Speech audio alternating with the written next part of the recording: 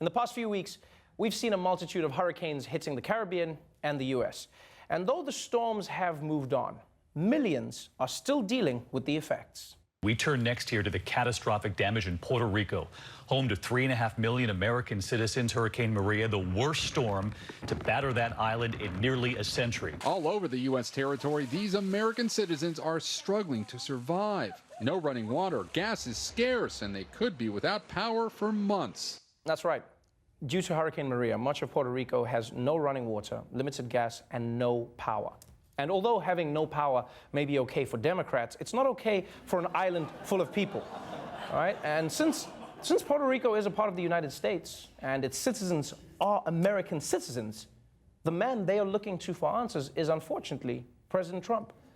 And the good news is he knows where Puerto Rico is. We've gotten A-pluses on Texas and on Florida.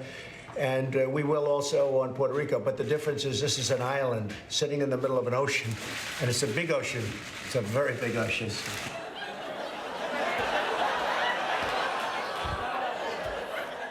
It is a big ocean.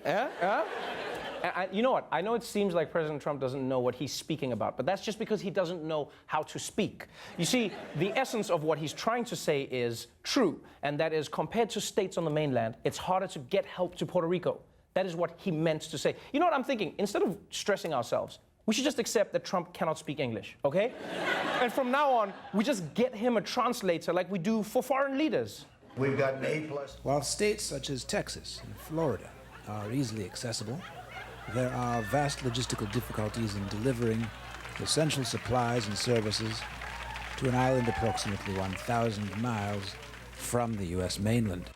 You see? Presidential. Now look, the truth is President Trump's response to this disaster hasn't been perfect. He tweeted some about Puerto Rico. He wasn't quick to get rid of the Jones Act, but he hasn't been the only reason that Puerto Rico is struggling right now. Because as it turns out, there are at least some emergency supplies that are reaching Puerto Rico. The problem is, once they reach the island, there's another issue. Supplies have arrived, but they're not getting delivered to the 3.4 million American citizens on the island. More than 3,000 shipping containers are sitting at the port of San Juan. In these containers, we have medicines, there's water. The governor, Ricardo Rossello, told us there's a shortage of truck drivers to deliver the essentials. If you want to help drive a truck here in Puerto Rico, here's a number the governor's office just gave me. Well, wait a second. Puerto Rico just needs some truck drivers. Maybe Trump can help after all, huh? Come on. He spent his whole presidency learning to drive trucks. Finally, it paid off. Yeah, and you guys thought he wasn't being presidential. That was practice. Now, I know this isn't a popular phrase on this show, but in Donald Trump's defense, boo, tweet, Trevor, centrist shill, tweet, boo. Thank you. In his defense, the federal government is responding to the crisis. America's military is boosting its efforts to help Puerto Rico. FEMA is asking for military vehicles to clear roads and bring in supplies. 10,000 responders, more than 4.5 million meals, 4.6 million liters of water, and they're working to reopen some of the necessary airfields and access. In addition to FEMA and the Department of Homeland Security, the Army Corps of Engineers is now in Puerto Rico working on restoring the electrical grid there. And the Navy is sending their floating hospital, the Comfort, which should arrive next week. Man, you've got to be impressed with how much the U.S. military can do, especially the part about having a hospital on a ship. That is amazing, right? Unless you're suffering from seasickness, then they can't really help you.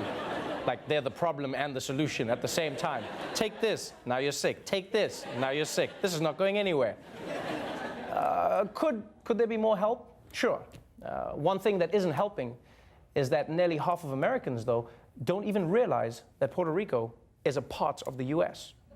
And that matters because Americans who know Puerto Ricans are U.S. citizens are twice as likely to support the federal government sending them aid, which is a raw deal for Puerto Ricans if you think about it. Right? Imagine if half of your family didn't know that you were a part of their family. That would suck. I think there's a term for it, actually. It's called Tiffany syndrome, and it's not fair. It really isn't fair. Just half of them don't know.